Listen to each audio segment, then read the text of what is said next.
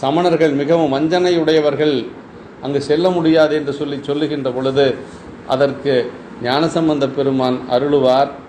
பரசுவது நம்பெருமான் கடல் என்றால் பழுது வந்தனையாது என்று சொல்லி, அதாவது பெருமானுடைய திருவடிகளை வணங்குகின்றவர்களுக்கு எந்த ஒரு துன்பமும் வாராது என்று சொல்லி, அது மட்டுமல்ல, மதுரை எம்பதியிலே சமன் இருள் சூழ்ந்திருக்கக்கூடிய மதுரை எம்பதியிலே 2 பேர் மட்டும் திருநீர் அணிந்திருக்கிறார்கள். அந்த 2 பேரையும் சென்று பார்த்துவிட்டு நான் வருகிறேன் என்று சொல்லி ஞாவுக்கரசு பெருமானிடத்திலே ஞானசம்பந்த பெருமான் அருளுவார்.